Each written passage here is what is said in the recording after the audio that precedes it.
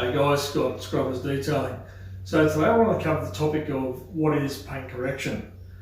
Now, there's a lot of confusion out in the public there with regards to the term paint correction.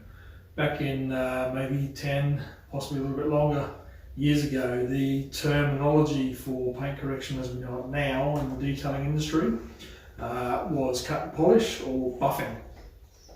So although the terminology has changed a little, it is close to the same thing. So a couple of differences, I guess, as technology has progressed across the years from back when it was considered buffing or cutting and polishing was back in the, when I say early days, I mean the earlier days, maybe 10, 20 years ago, even further back, panel shops were pretty much laying down paint on a panel and to bring it to a high gloss and remove any defects, etc. They were using a rotary polisher with a wool pad typically, and that would minimise scratches and other defects throughout that painting process and put a high gloss onto the paint. These days we've now got, we still use the rotary polishers with the wool based pad, and the main reason for using a wool pad on a rotary buff would be for really heavy cutting. So typically it is used in automotive, but it's typically now sort of kept towards boats, gel coat, that sort of stuff. Definitely still an automotive where a really heavy cut is required to remove really severe scratches and other defects from the paint. And then we move on to the new technology now, which is a dual action polisher, which 99% of paint corrections I'm achieving through scrubbers is with a dual action polisher. So with the rotary, it basically just spins round and round, one direction, and in one spot. With the dual action polisher, it does the rotary spin, so it's got the spin, but it also moves. So while it's spin like this, it's also travelling out, giving a larger footprint, I guess you could say, for the polishing pad. Covers a wider area than what a rotary would. And through the technology of a dual action polisher, these are typically used for refining the paint down after they've had a cut. Now, I won't get into too much detail with regards to the different compounds and pads and stuff. I'll do that through a different video. With a dual action polisher, you can achieve a cut. It depends on what pad and compound combination you use. So you can throw a microfiber, a denim pad, you can throw wool pads on a dual action polisher and achieve a nice cut. And then throw on a fine or a medium pad and reduce the cutting marks and swirls, etc. With that pad and a finer compound, medium compound, and bring the paint to a high gloss and remove those swirls and scratches out, and also any sanding marks, etc. that you may use through a multi-stage paint correction, where you might use a bit of sandpaper and pull out some further defects, etc. But typically 90% of the time I'm using the dual action polisher to achieve all of our paint corrections at Scrubbers. Now with regards to using the dual action polisher, typically time frame to complete a paint correction on a small vehicle to a medium sized car, and again it comes down to is it a single stage correction or a dual stage correction or up to a multi-stage correction. The timing to complete a paint correction on a vehicle could be anything between 3-8 hours, depending on the level of finish required and what client is chasing. It could run into 20 or more.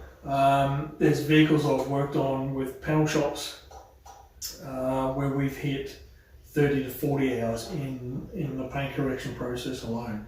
And that involves cutting back deep scratches and swirls and then refining down to a perfectly flat finish. And it's costly, it's not cheap to do, but on inspection of the vehicle as well, you might look at it yourself and go, well, you know what, I think I'm going to need it painted. Now, to take your vehicle to a paint shop, you're probably looking at, God knows, anything between $500 to a couple of $1,000 to have a couple of panels painted, prepped, sanded back, primered, painted, cleared, and then buffed up and handed back to you.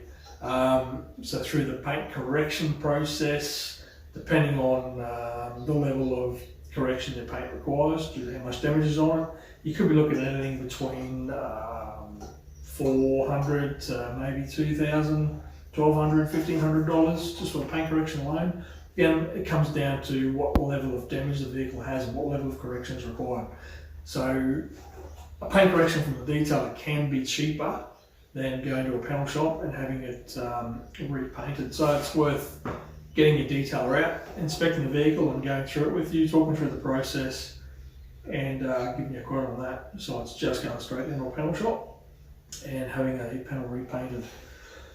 Now getting into the timing, the time frames for doing a paint correction also. So the rotaries with the wall pads, you're looking at a decent footprint for the pad itself.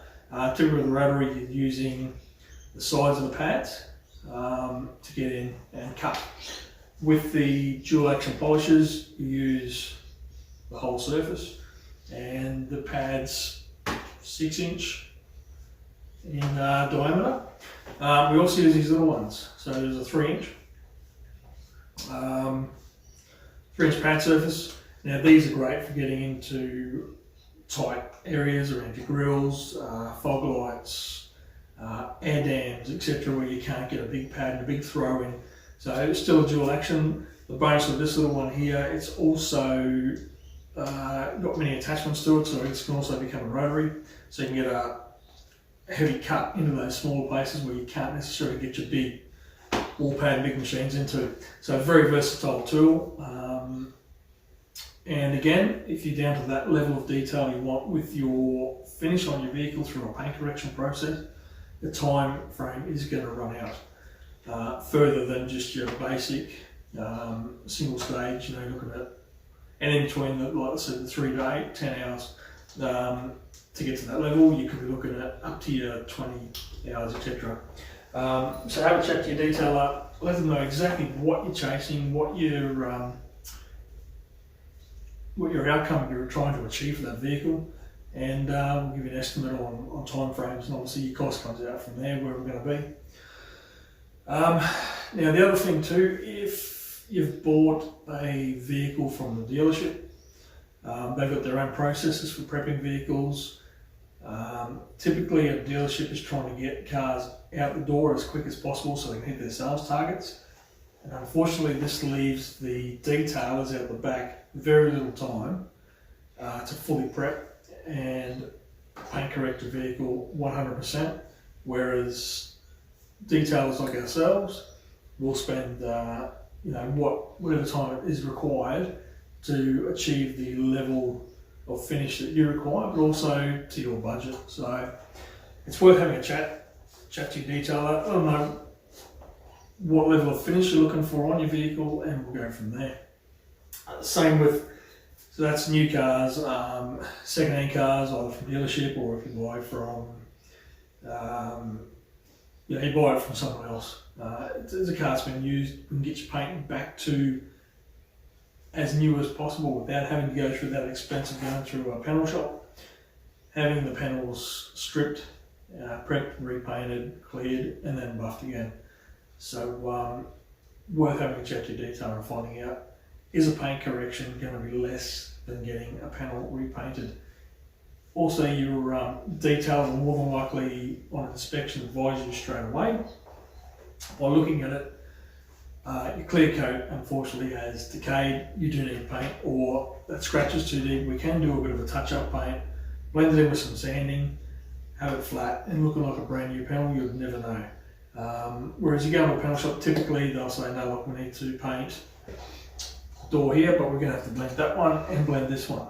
Therefore you're up for possibly 3 panels to be painted, all that labour, the cost of materials, and then you've got blend outs.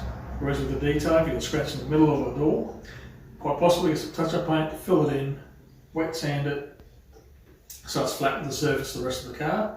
Polish it up to a fine finish, and you may never see that scratch ever again, or even know it was there.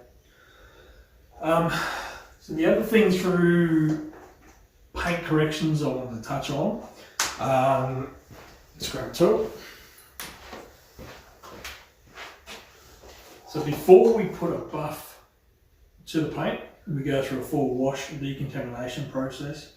We clay it, make sure there's no embedded particles on that paint that could be picked up through the buffing pads, and then as it's rotating, and dual action it's rotating and oscillating, that it's not grabbing those particles of dirt or etc. that's embedded in your paint and then causing more damage and scratches and fine swirl marks as we're buffing.